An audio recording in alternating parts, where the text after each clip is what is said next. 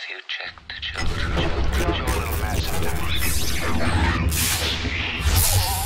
Hi, I'm Chucky. Wanna play? Sometimes that is better. You're gonna need a bigger boat. What's up, everyone? Welcome back to the Horror Show. I'm Cecil Laird.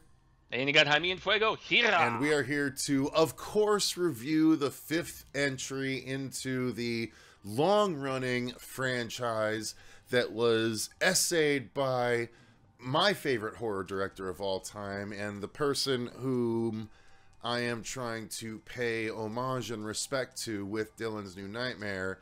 Of course, I'm talking about Wes Craven and his creation, Scream, which originally debuted in 1996, and now here we are in 2022 with Scream 5, aka Scream 2022. But for all intents and purposes, and just like other reviewers that I know out there, that I watch out there, we're just going to call this Scream 5 because that is what it is. Exactly what it is, yeah. And they should have titled it 5 Cream or whatever people were saying. No, I still think Scream 5 with no space and just call it Screams.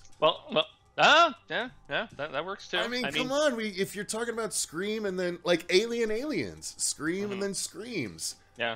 Come on, it's perfect. Well, I mean, the way they did Scream 4 with the A being the 4, I don't know. Oh, really? So that was also Scream, technically? Mm-hmm. Okay. Well, let's get into this review like we get into all of them. We're going to talk about our overall thoughts, and we're going to talk about the story, the acting, the effects, all of that good stuff in turn, you guys. And there will be a small spoiler section at the end of the review. We will warn you before we get there, and we will not touch on spoilers until then. But quite frankly, there's just not enough to talk about spoiler-wise to justify an entire... I mean, we could stretch it out to an entire other video, but we're not gonna.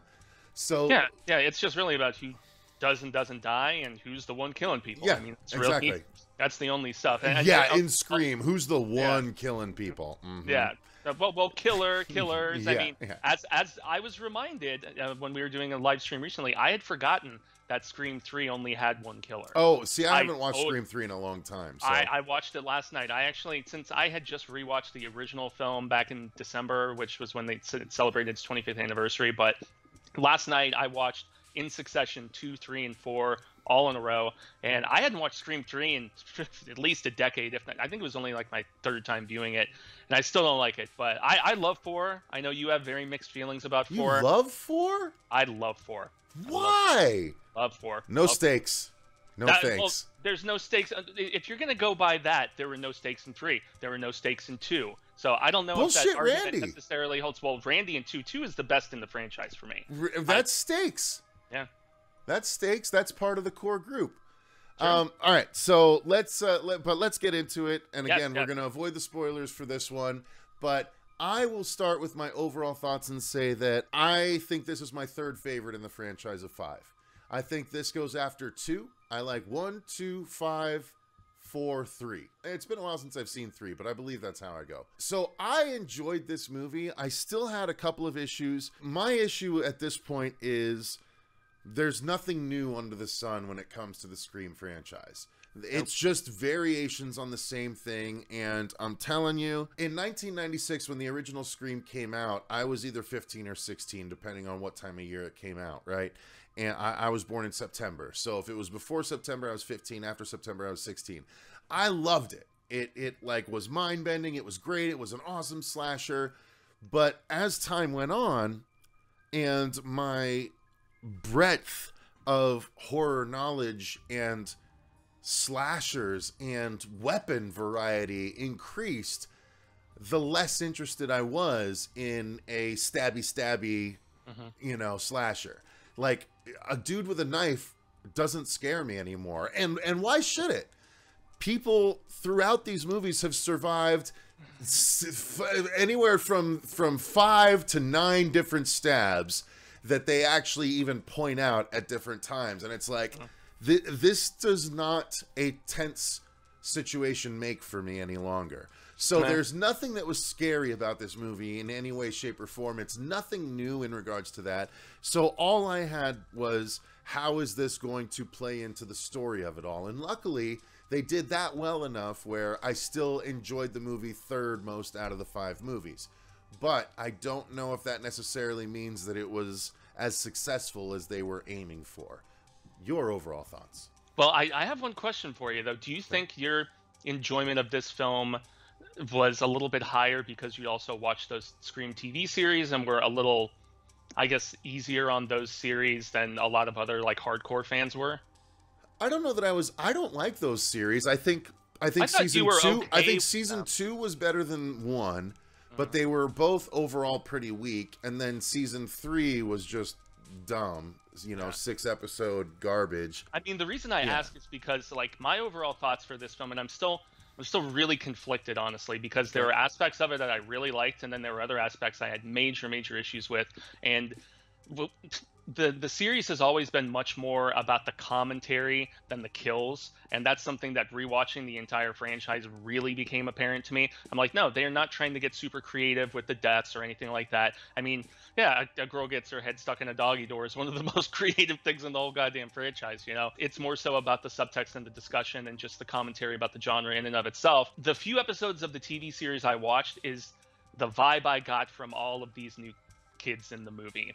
And I didn't really care for it that much. Now, a few of them grew on me, but a lot of them, especially some of the minor players, I don't think they got enough development to really shine properly and really set themselves apart. The two sisters, sure, and Wee Huey, his character, pretty well developed as well. Jack Quaid, I think his name. But yeah, I didn't. The one thing that I liked so much about 4 is that I felt like they brought in new characters, but they didn't overstuff the turkey, and they still had a nice balance between the legacy characters and between the new characters. This was much more new character heavy. It took us like 30 minutes to even get to a legacy character, and for that reason, I just wasn't as into it. But as I like this more because of that, though. Honestly, really, I certainly didn't. The stuff that I was most compelled by, aside from the sisters, was just what was going like. Gale and Dewey, where are they? What's up with our main character, Sydney? Because the first 4 films, they all started out with somebody new getting killed, and then we immediately met up after the title credit with one of our main peeps. It was Sydney. But in this, and I know they were deliberately trying to do things a little bit differently, but yet still, it was a balancing act. It was kind of a straddling the line juggling act. And with regards to the commentary, without getting too in-depth into it, just because they're really well aware of what they're discussing doesn't really mean I like what they're discussing and what they're doing. Jay and Silent Bob Reboot fell prey to the same shit, in my opinion. And just because they're like, oh, yes, we're doing what requels was what they called it, right? And that was the whole commentary within this one. I enjoyed aspects of it. Some of the characters, most notably our sisters, grew on me as the film went on. But I will kind of echo what you're saying. I don't know if this film necessarily needed to be made, to be honest. Even though I enjoyed aspects of it, I don't know if we really needed another Scream. I feel like it needed it more than Part 4. Oh, boo. I love 4. 4 is so brilliant for me because of the fact that it was where not just horror, but just culture was at the time. They're like, everything has to be live streamed, everything has to be rebooted and remade, and I loved all of that discussion, between Kirby's character and Charlie, I think his name was, the one who the Culkin kid played, and the scene where they're having film club and they're just discussing all. I don't know. It's not a perfect film by any means. I think 1 and 2 are head and shoulders above, but it just helped to wash the nasty taste out of my mouth that was 3. In a lot of ways, and plus Kevin Williamson coming back to write again after Aaron Kruger. Like, watching 3, the dialogue is just not as snippy and smart and observant and interesting as the other 3 that Kevin Williamson did in the ones that Wes directed. So this one is definitely better than 3, but I would not put it above 1, 2, or 4. So the story of this one is, once again, Ghostface has emerged in Woodsboro, and there's a whole new group of people that are caught up in it. And as the movie progresses, you realize, well, yeah, because they didn't reveal this in the trailer, so I'm not going to spoil it here, but there are familial connections with past characters that, personally, I think those are the things that make this a more important entry in the series than Part 4. Part 4, like, I again, there's a thing I'll always go back to say about Part 4 that I didn't like, is that there were no stakes. I feel like this had more to do story-wise that I cared about with the series and had more to do stakes-wise that I cared about with the series. But yes, so we get a new group of characters. You get Sam and you get her sister Tara. Sorry, you start with her sister Tara and then you get introduced to Sam and all of Tara's friends. And Ghostface is wreaking havoc in Woodsboro, and Tara is the first one attacked, which is shown most of it in the trailer. So Sam and her boyfriend, played by Wee Huey, as Fuego said, otherwise known as Jack Quaid from The Boys, is what we're referring to. And I think his name is what, Richie in this? Yeah, Richie. So they go to help Tara after her attack and everything. And, you know, everyone starts to learn about, you know, the ghost face of it all and how it ties together with everyone and why is it maybe happening. And everything unwinds from there. Again, we can't say much more about the story than that. But I will say that, again, because of the ties to the original's lore, I was way more keyed in on this one than I was on 4. Especially with the ties that we get with Sam. Early on, something is revealed about Sam, and I was surprised it was revealed as early as it was. I was like, ooh, what are we going to do with this? Sadly, for me, I don't feel like they did anything interesting with that. A little bit, I guess, but nonetheless, it was a cool thing, and I was like, that's unexpected. And there's a half notion of marvelization of it all, but I dug it, and I dug the way the story played out. I really did. Even if it was predictable, which it very much was, I definitely predicted the 2 killers. One in particular, I thought my top 2 suspects were the 2 that ended up being the killers, and I was like, yeah, okay, exactly. Yeah. So I don't know if that's the fact that they tipped the hat with the acting a little too easily, or the fact that they were literally, as the movie itself was pointing things out, I'm like, what are you doing? You're ruining your own movie. Calling stuff out, man, you know? But nonetheless, it still was enjoyable for me to see play out as a story. What about for you? Aspects of it, you know, once again, just catching back up with Dewey and seeing, you know, where him and Gale are at, as I just echo that. Sydney, on the other hand, I felt like they didn't really have as much of an emotional core of development in this one, the way that this is very much made sense to me. It made sense. Everything that happened, it made 100% sense to me. Well, with her return, it's if there's something that would make her come back, like the reason she comes back made the most sense. Yeah, but it is very much one of those passing of the torch sort of films. Literally, rim shot. Yeah, because they literally make that joke. They do.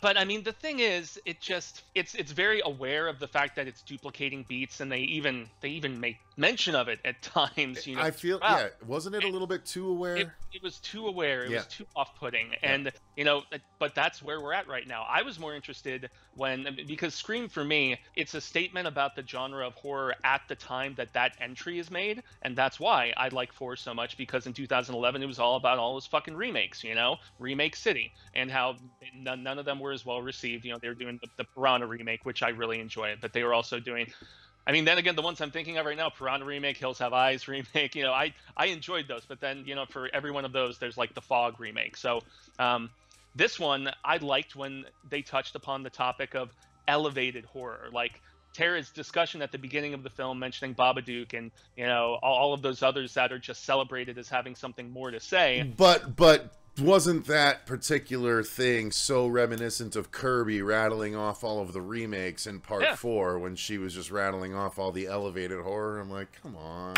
Well, I mean, she was being questioned, and she was just. I know, but it was still it's same setup. Title that could come to her mind, but you know, I also did enjoy the fact that. But that's sorry, and I don't want to let you move on because I had another point to make about the elevated horror thing.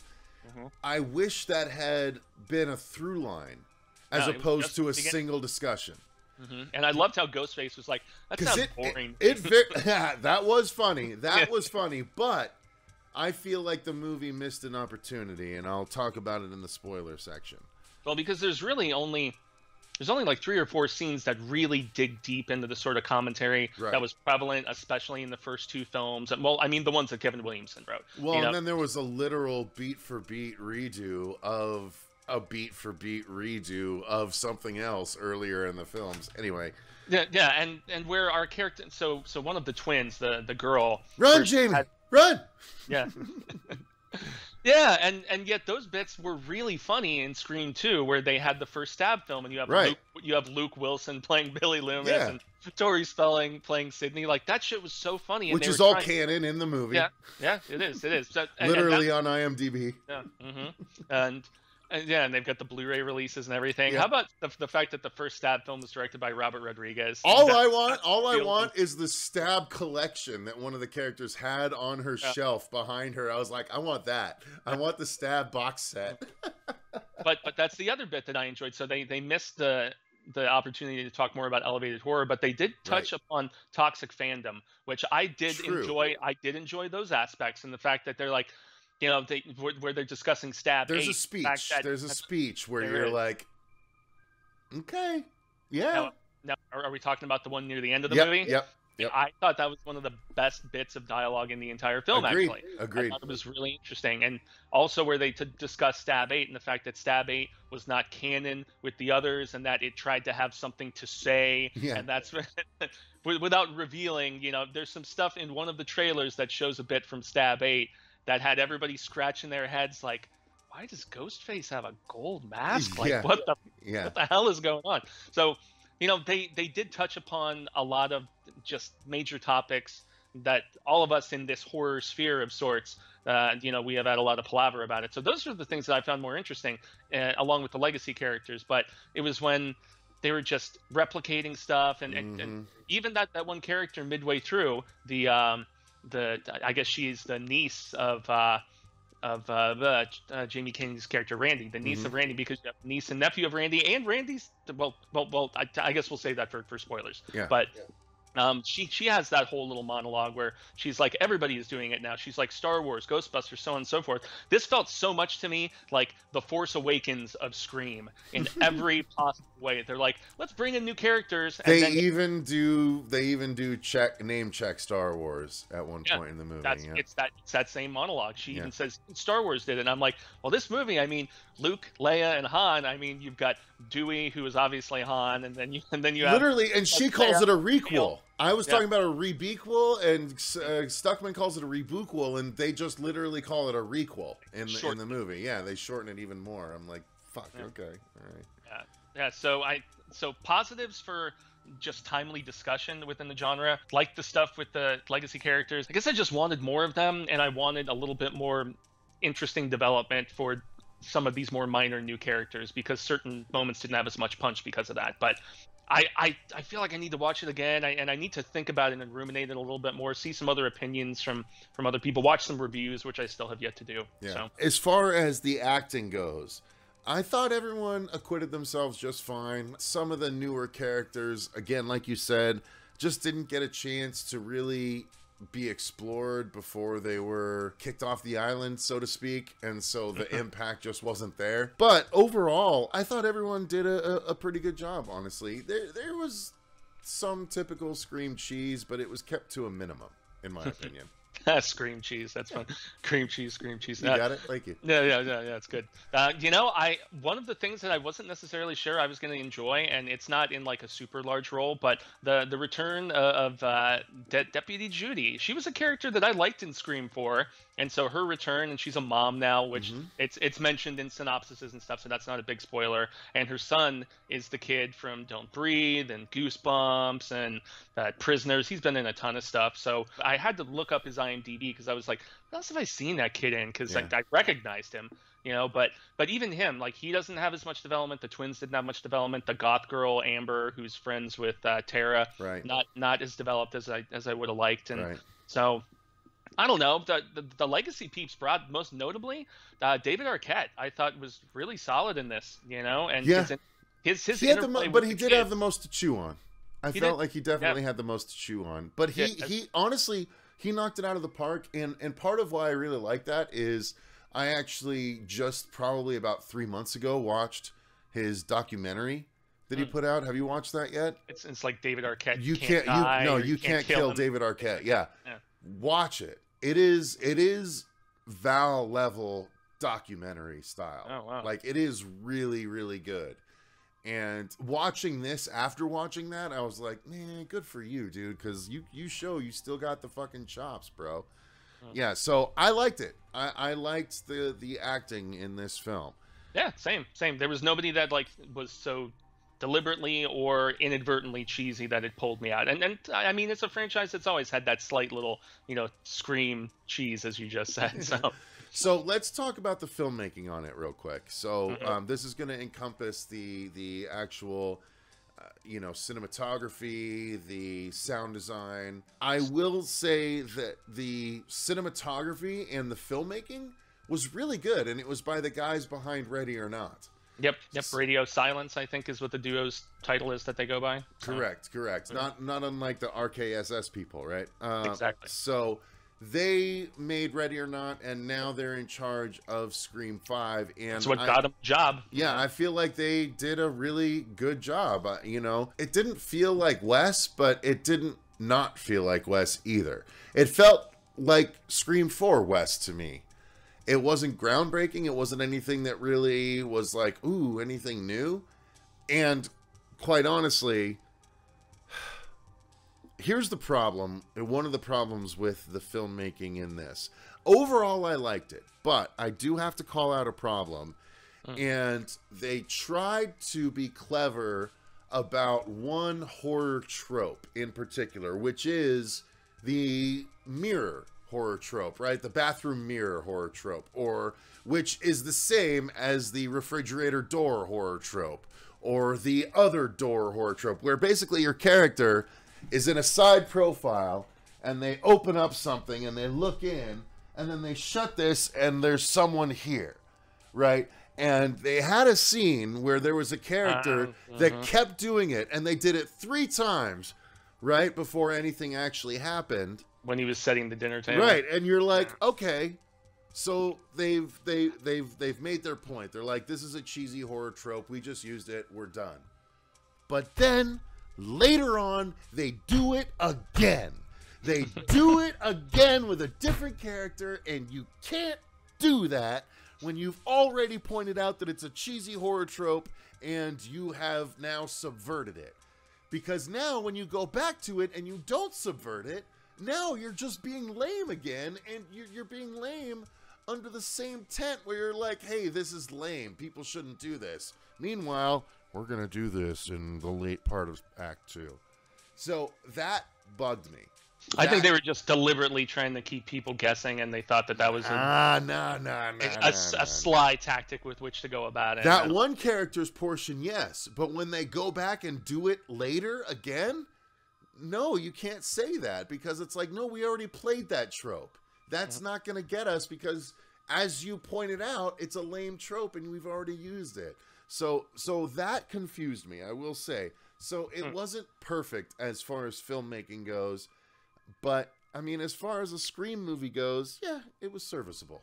Yeah, and I'm kind of right there with you. And even in the Q&A afterwards, and even some of the film stuff where they were just talking about the legacy of the franchise and talking to these guys, they were like, anytime we were wondering, like, how should we go about this scene, they're like, well, we can't think of any way better to do it than how Wes did it, so let's just do it the way Wes did it. And they even joked in the Q&A after about how they felt at times that they were worried they were making fan fiction. And to a degree, I would kind of contend that they were. And one of the characters literally calls that out. Yeah, so it looked fine to me, but I still think the best made from a movement of camera and from a cinematography standpoint is the second Scream, 100%. In my opinion, that aerial shot you get at the end when they're playing the Collective Soul song and everything, and just the stuff with the play and just the whole framing up of Sydney on stage and everything, like that is where it's the epitome of a sequel. The whole argument that Mickey has with Randy in that early scene where they're just talking about the first versus the sequel and whatever. Like Scream 2 to me just felt bigger and higher body count, everything that Randy discusses in it. But this for me, yeah, it from a visual standpoint, I do feel like the kills were filmed in a more brutal fashion at times. There was more blood. We'll get to that with that's a good segue to it, actually. Yeah. Yeah, it is. It definitely knew that the carnage candy had to be a little bit more evident. And there's one scene in particular, if we're going into gore and effects and whatnot, where a knife is slowly put through a character's neck.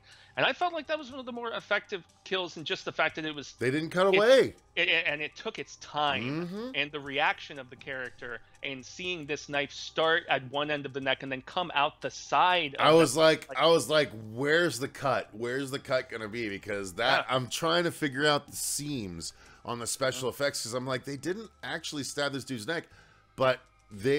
I have a guess as to how they did it, and it was prosthetic, right? I think they actually stabbed a prosthetic that was built out on the side of the character's neck. But it was really a really cool effect, and that's actually part of what I wanted to tag up on and say the effects in this, gore-wise, were really good, and the kills, and I've seen a couple people say the kills are really brutal in this movie, and it's like, yes, they are as brutal as stabs can be, where it's like, you know, it's still, multiple stabs just don't hold weight anymore, especially with it's just like with a little pig stick or knife. Yeah. And especially when people even say literally in the movie, I've been stabbed 9 times. And like Dewey talking about that. And it's like, oh, and you're still here. And it's like, okay, well, yeah, clearly. So anyway, but I will say the gore is actually a big highlight of this movie, especially when compared to parts 3 and 4. Yeah, well, I mean, 4 was a little bit gorier than 3. I mean, 3. But this still outgored 4 by a good deal. Oh, it did. It did. I mean, as far as just like blood all over the place when people are carved up, that was definitely evident. And the opening bit is on par. I think the opening bit with Tara is on par with how nastily carved up Drew Barrymore gets. I mean, it's close. You know, it's not as iconic, obviously, but as far as everything that happens with through a hand and you know stomach and you know back and just all this different shit. So and I guess that people are going to say this is more brutal when this is not Savini levels of gore by any means. We're not talking about dismemberments or you know decapitations, any head explosions. Or anything like nothing. That. Yeah, I mean in Scream 3, a house blows up. Again, it is a killer with a knife when it all boils down to it. Yeah, if you're going to say it's more brutal, it's I guess maybe because in the earlier Screams it's like a ha, aha, whereas in this one it was like well, and luckily in one scene we got, you know, I was like, yeah, why have we never seen that before? Yeah, I was like, that's dope. Yeah, that's dope and appropriately used as well. So with who it happens to. So yeah, I think that's pretty much as non-spoilery as we can get about this. But I mean, overall, again, I think it's definitely worth your guys' time to see. I don't necessarily think that it's worth I would say brave the theaters for Spider-Man No Way Home. I don't think this is of the same level of risk worthiness. I'm legit right there with you, man. Yeah. I mean, especially with the way you numbers. You want that theatrical experience for Spider-Man, but for this one, you don't need it. You don't need it. It was a full house pretty much for mine, but mine too. It wasn't as raucous and crazy as I was expecting it to be. Raucous, yeah, whatever. Tomato. No, I love that word, raucous. No, yeah, it wasn't, and even when certain things happen. Yeah, as far as like, I don't know if Marco Beltrami came back to score this one. I don't think he did, because I know he did the first 3 or 4 films, and he was the one who came up with Dewey's theme and with a lot of other stuff.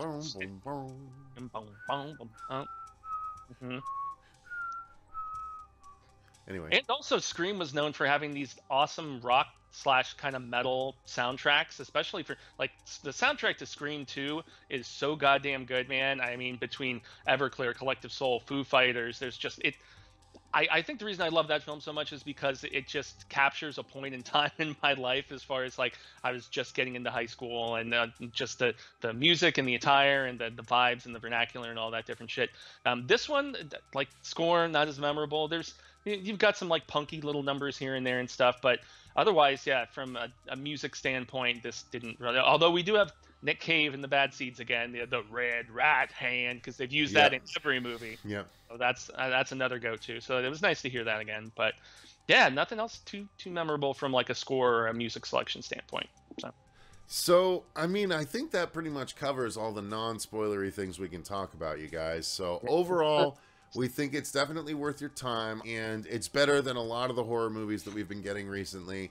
So I definitely suggest you check it out wherever it is most comfortable for you to do so. Now, that being said, we do need to discuss the couple of spoilers that are here, okay? So, big flashing warning, spoilers, spoilers, spoilers. But it is time to talk spoilers, and I think the biggest things to talk about are who are the killers, who dies, and there's some familiar relations. So let's talk about that. So I think Sam, yeah. that's a good place to start. So Sam, the main character after Tara is attacked at the beginning and not killed, but attacked at the beginning, we reveal that Sam, who is the one who has the boyfriend of Richie, played by Wee Huey from The Boys, Sam is Billy Loomis's illegitimate daughter. And the most exciting part for me about this is that they definitely brought Skeet Ulrich back for his voice, but it feels like they might have done mocap and done the Marvel de-aging thing where they made him look like the original Billy Loomis from Scream. He didn't look like, you know, Skeet Ulrich from Mad Monster from last year, who we saw. You know what I mean? So that was when I mentioned the Marvelization earlier, that's what I was referring to. Because he kept appearing. She kept seeing him in mirrors and stuff.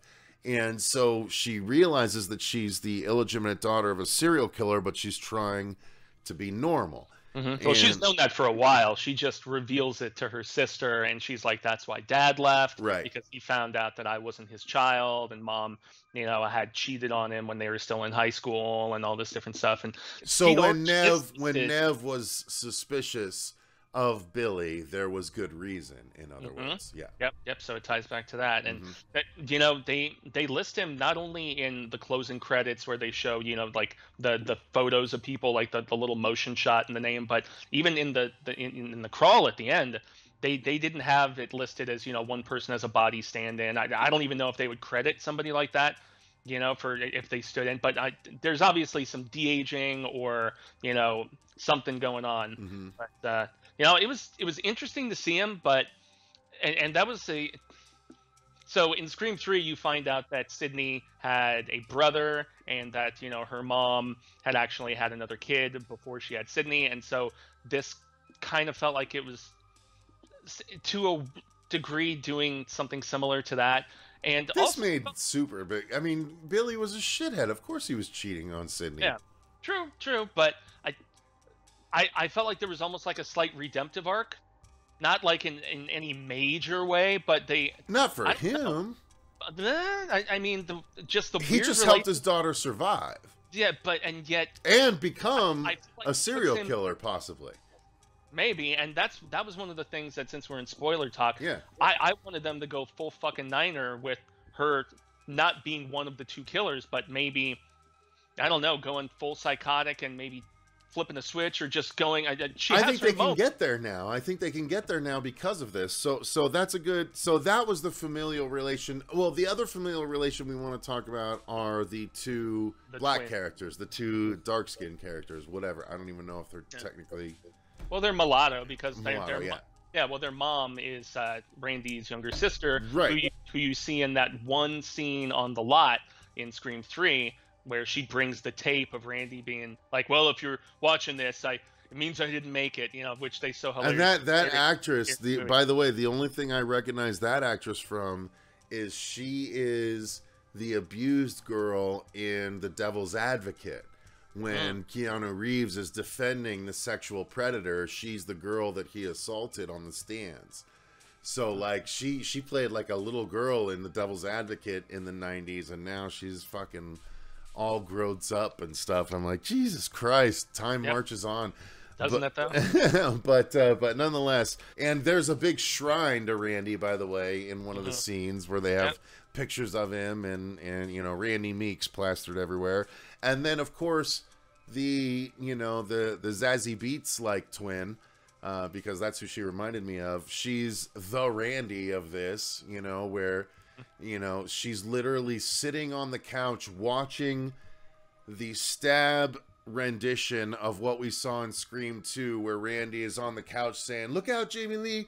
Look out, Jamie Lee!" as Ghostface comes up behind him. And luckily, like, she realized, I was like, if she's such a fan, she better think of this. And luckily, at the last second, she, like, thinks, huh? And she, like, checks to make sure no one's behind her, and she sees him, and she's able to barely dodge out of the way. And both she and her brother, who was viciously attacked, survive. So we have a number of survivors in this where, and they pointed it out very specifically, where it made me feel like they were like, okay, if we're going to launch this, let's show everyone that's still around so we don't have to pull any bullshit next episode kind of thing. But yeah, so I guess, should we get to the killers, or should we get to the other victim first? Well, I mean, they don't reveal killers till the end, so why not just talk about some deaths, man? Go ahead. I was wanting a little bit more screen time for poor Judy Carver, you know, and the fact that she was originally Deputy Judy in Scream 4 and Sheriff Judy in Scream 5, because Dewey they fired Dewey, and she bites the bullet along with her son. Yeah, like, dies minutes from each other, so at least they get to escort each other to Valhalla. But it's one of the more brutal sequences, because it is all just one. It's not all one scene, obviously, but they have a sequence. You're right. Yeah, it's a sequence. Yeah, because she get in broad daylight too. She's just stabbed the fuck up, like, right in front of her house, you know. And because she's taken off and going to try and figure stuff out, and then she gets the call. And I gotta say, the voice of Ghostface in this was given more to do than he ever has before, especially in that opening scene where he acts like Tara's mom's boyfriend for so long. Like, he got to act like a normal voice before he transitioned into Ghostface being crazy. I thought the voice was better in this movie than he ever has been. Honestly, I loved the voice in this, and you guys know it's the voice that comes back. He's been in all the movies, and he was in season 3 of the show, and that was their big selling point, is that they got the voice back for the season 3 of the show. And they brought back the classic mask too, right? Yeah, that too. Yeah, but yeah. So I thought the guy that did the voice had so much more to do and so much more fun, and I loved every moment of it, because he's almost up there with, like, Chucky, Charles Lee Ray. Chucky, I was gonna say Fred Krueger. Jigsaw, the puppet, that kind of. You want to play a game? You know what I mean? That kind of thing. I wish we had kind of game planned it a little bit beforehand, because we both mentioned in the non-spoiler section that Tara is attacked at the beginning and survives, because the trailer leads you to believe that she faces the same fate that everybody else in the beginning of these movies faces. Because they show her in a wheelchair later in the trailer. We just didn't realize it was her. Yeah. Or, like, maybe we didn't realize that was the opening sequence, or maybe we didn't realize. I mean, because the person in the opening sequence in every previous Scream movie, they did. So. So that in itself was a subversion of expectations. Oh yeah, totally was. And then it just marches along. I mean, the like rocker dude who gets killed very briefly immediately. Yeah, no development. Who cares? I did like that kill, though. You know why I like that kill? Because literally Ghostface just appears behind him and he just goes and just, like, stabs his neck one time super quick, and the dude just hits a vein and the dude just bleeds out. I was like, that's fucking cool. Like, he didn't need to do anything more than just go and you're done. Like, I was like, that was badass. Knew the exact spot. But yeah, so let's get to the reveal, because I mean, again, there's not much beside that, and it's because we have a legacy character that dies. There's finally stakes, Cecil. I'm sure you were happy. So what happens is, and let me take a moment to cut in a little bit of our trailer reaction from the very first Scream 2022 trailer. Okay, Dewey squaring up against Ghostface. So is this where we finally see the end of Dewey Dewmeister? Because it looks like they're squaring up. And it looks like, so what happened? Okay, so my guess is Dewey took a bunch of shots, or maybe took some shots. So he's just coming out of an elevator. So maybe he took the shots on another floor, and now he has to reload his gun. Or maybe he took some shots at Ghostface here, because again, it's the same lighting. So it looks like it's the same hallway, just opposite ends. but is Ghostface wearing a bulletproof vest now? And he can take some shots. You know? I mean, it doesn't say anything about his head or face, but maybe he can take some shots to the chest. But yeah, the lighting is the same, so that's got to be the same confrontation. Oh, what just happened? What did we just see there? Okay. Alright. Okay. So, I'm going to say something that might be a spoiler, you guys. Just a guess based on these next couple shots. Gale, very upset. Oh, no. Ambulance, Gale very upset. Sun rising. So, I'm guessing that we've just learned that Dewey has been killed. Oh, no. Why else would Gale be this upset? Dewey's gonna get it. Look, see, that's him trying to take him out, but I think Dewey's gonna take it right now. Look at how upset she is, dude. Dewey's going down. We're losing the Dewman. So as you can see, I guessed this motherfucker from the very first trailer, and then the studio came back and was like, we put fake stuff in the trailer. You can't take anything for what it seems in the trailer. We made it seem like there's... No, Dewey gets killed in that fucking hospital, and then you see Courtney Cox show up in slow motion freaking out because Dewey's body is being wheeled out. Boom, boom, boom. Nailed it, nailed it, nailed it. Call me the fucking game theorist or the film theorist because I nailed that shit.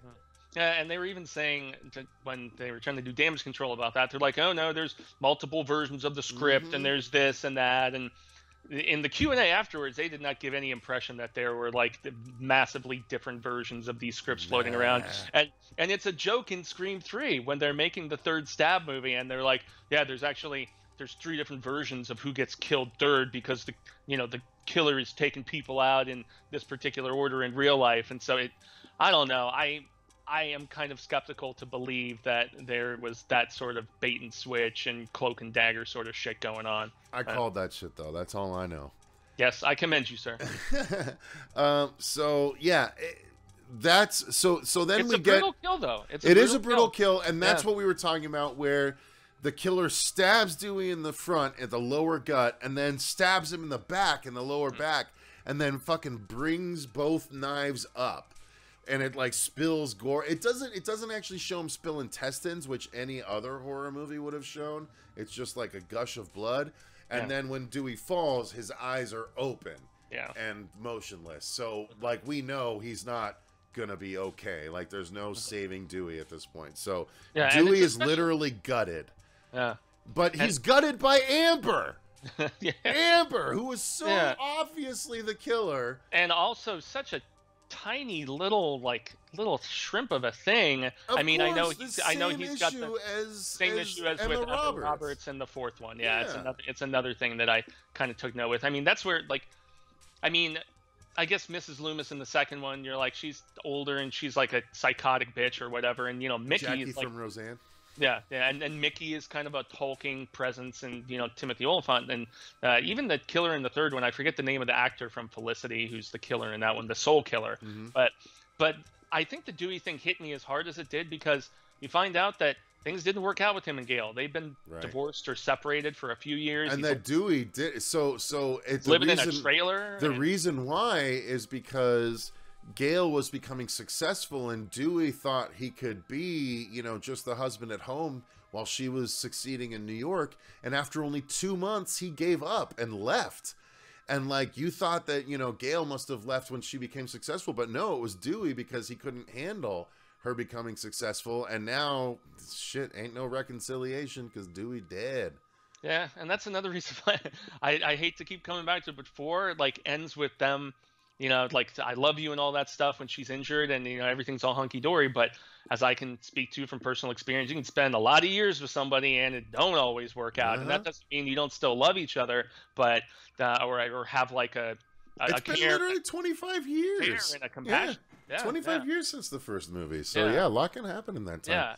And it's a rough scene between the two of them, and they only have that one scene together. But anyway, yes. So the 2 killers are revealed, and one of them is Amber, of course, one of the friend group of Tara, which everyone knew was going to be the case. Actually, not only that, but the girl who was supposedly being stalked by the killer, which, wait a minute, did we just find a plot hole, right? Because if it's Amber and Jack, the boyfriend, which the movie calls out early on with Dewey even saying it's always the boyfriend, never trust the boyfriend. I saw a dude where he was acting like he didn't know what Stab was, but then he was all super into watching the Stab movies, and that's within the first like 15 or 20 minutes of the movie where he's watching Stab on Netflix. Right, but listen, he's sleeping. That was when I was like, oh, he's gonna be. But listen, Sam and him are in a different city. Tara who is being terrorized in the very first season, or first scene. Being terrorized by Ghostface, who is showing a video feed of Amber through the window, saying, I'm going to kill Amber. So if Richie is in the other city... Well, that doesn't mean he wasn't, because they said those two had been having a relationship for a while. They met in a Reddit, all that stuff. So, but they've been together for 6 months. But that doesn't mean there's... So he left his city to come and do this and then went back by the time we actually saw him introduced in the story? Is that what we're led to believe? Well, the next day, they didn't imply that it was some crazy long drive. Okay. I mean, if you're if you're in Northern California, I mean, what, an hour or so to another... Okay. I thought I caught them red-handed, Fuego. I thought I caught them right in. But yes, so it's him. It's Wee Huey. It's Richie. Yep. And yeah, he and Amber together, and they're not trying to make a movie like the last one, but they're trying to get a new movie made with a more pure storyline. Which ties back with the toxic fandom and the nerd rage and all that. And his speech at the end, which is actually really good. He's like, the fandom isn't toxic. We just really love what we love. And I'm like, oh, Lord, you don't even know. Yeah, because we have experienced it ourselves. I mean, with the Halloween contingent, I know that there's a similar like army of fans of Scream, and I'm one of them. But I feel like I'm a little more easygoing about it. So, yeah, but I don't know. I felt like that's everything, right? Yeah, Amber was a bit. Yeah, Amber was a bit much once they did the reveal with her. Well, both the killers get killed. Let's say that. Yeah. Gail gets shot, and Nev, of course, and Sydney, of course, gets stabbed, which she does in every movie. Yeah, people get shot and stabbed, and they survive all the goddamn time in these. And somehow the twin brother survived after being he looked dead as hell, wrecked. Man. Yeah, he was wrecked. And he's giving the thumbs up. He's like, "Yeah, I'm okay." I'm like, "Oh, okay." Then that's how, bro. You shouldn't even be able to lift that arm. Like, it's a hallmark of the Scream franchise, man. People get carved up and survive, which I don't. So that's what I'm saying. Between blood loss alone, they focused so much on the survivors that it makes me feel like they have plans going forward. Where it's like. And in the Q&A, and in the Q&A, even though he was only an executive producer on this one because he didn't write the script, I didn't think the dialogue was quite as snippy. I didn't feel like it was as inspiredly written, despite a few of those little commentary bits that I mentioned.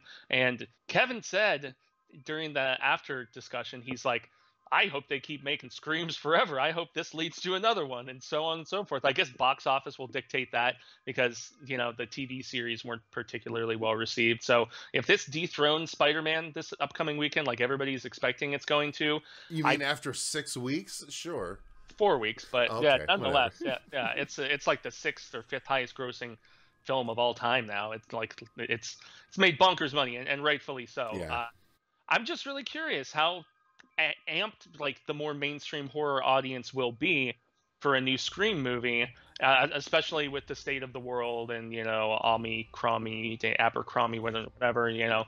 So yeah, will peeps be willing to go out to theaters for a new Scream? I'm not 100%, because those first few films, like the first one made over 170 million on like a $12 million budget. Like the first few films crushed. I don't have the numbers for 4 right in front of me, but okay. Yeah, it's not ultimately necessary, obviously, but yeah, man, I think we hit most of the major spoilery stuff. I mean, there's Easter eggs galore. The fact that the finale takes place in the exact same Stu's house, literally Stu's house. That was just a bit too on the nose for me. It's like if it was Stu's house, I was expecting a scarred Stu to step out of the shadows at some point and be the mastermind behind it all. Boy, was I hoping that we were going to get that, man. Oh, that would have been awesome. Yeah, I know a CRT on your head. It's probably pretty tough to come back from that. But Well, yeah. But the fact that we got Skeet Ulrich, I mean, that was kind of cool, even though it was in an otherworldly fashion. But yeah, to second your notion, man, I think they are positioning this to hopefully make more. I don't think they would bring back the two girls who survived again. I think that there's a moment in the third act where Gale turns to Sydney and it's like, you said we were going to finish this, well, let's fucking finish it, or something to that effect. And by that point in the movie, before it really revved up and got a little more interesting in the finale for me, I was like, yeah, maybe they should just let this franchise be finished. They did really it. important to say. Sorry, I didn't want to interrupt. They did have a really cool moment that could have been badass, but I feel like they chickened out on the moment. So when Gale and Sydney first walk up to the house, and Amber comes out like, oh, he stabbed me, and Sydney's like, what do you think? And Gale's like, definitely a trap. And the girl's like, ah, fuck it, and starts shooting, and she shoots Gale. Like, if they had just been like, definitely a trap, and then they just fucking, Pulp Fiction, Jules, and fucking, just boom, boom, boom, boom, boom, and blew her ass away, like, that would have been cheers, applause through the whole fucking audience. Oh, yeah. And then just have Richie pick up the slack for the rest of it. But like, I feel like they missed that opportunity. I agree, but the little quip from Gale was very funny to me. I laughed out loud for sure. And the only really raucous scene. Nice. Nice. He's learning. Tomato. But was when Sam goes like full serial killer on Richie and is just tearing him to pieces at the end. That was really the only yeah, I was like, yes, if you don't have a gun, what do you do? Yeah, fucking do that. Yes. That got to rise out of the crowd as when they set Homegirl on fire. When they still felt the need to shoot him after being stabbed 114 times, that didn't make a lot of sense to me. It's the whole joke that they've beaten like a redheaded dead horse. They're like, they always come back. That is still the thing, that there is a lot recycled within this film, and that it's some may see it's one of its greatest, strengths. I don't know. I see it as a weakness at times because it's just like with Jay and Bob Reboot, man. It's an excuse to basically redo all of these, like Jurassic World fell prey to it. So many of these requels, as they call them, have fallen prey to. They're like, oh, it's an Easter egg, it's an homage, it's whatever. And I'm like, no, you couldn't think of something new and interesting and original to do. It's a snake eating its own tail at this point. Very, very much so. Very much so. And just back to what I said in the non-spoiler, just because you're very aware of what you're doing and it's like meta, slathered upon meta, it gets to be a bit much after a while. I agree with you. So yeah, I think that's going to cover our thoughts on the new Scream 2022, aka Scream 5. Why did they do that? Even when the title screen goes to Scream and then fades away, you're like, why? This is 5. We know this is 5. As the characters discuss at one point, though, they're like making fun of the fact, and I think it is when they're in Randy's sister's house, where the niece is like, yeah, so they're just saying, oh, this is Halloween as opposed to Halloween blah blah number or whatever. And I think they titled it like that deliberately to kind of play in with some of those just kind of wink and nod bits that they're like, well, if all these other idiots are doing it, let's make fun of the fact that they're doing it. That's at least what I gauge, but it still doesn't mean it worked for me necessarily. So yeah, meta. Nice. I like that.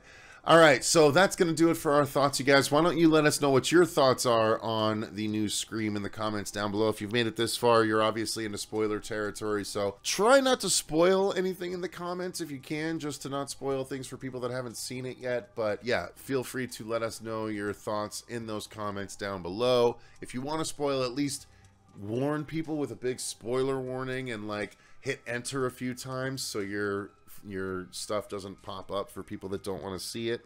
But nonetheless, I'm going to say thank you guys so much for watching. Thank you to all of our patrons for supporting the channel the way that you do. If you enjoyed the video, feel free to click the like button and subscribe to make sure you don't miss other videos going forward. This Sunday, you're going to see our top 6 horror movies of 2021. And then Tuesday, what is the hail for Tuesday, Fuego?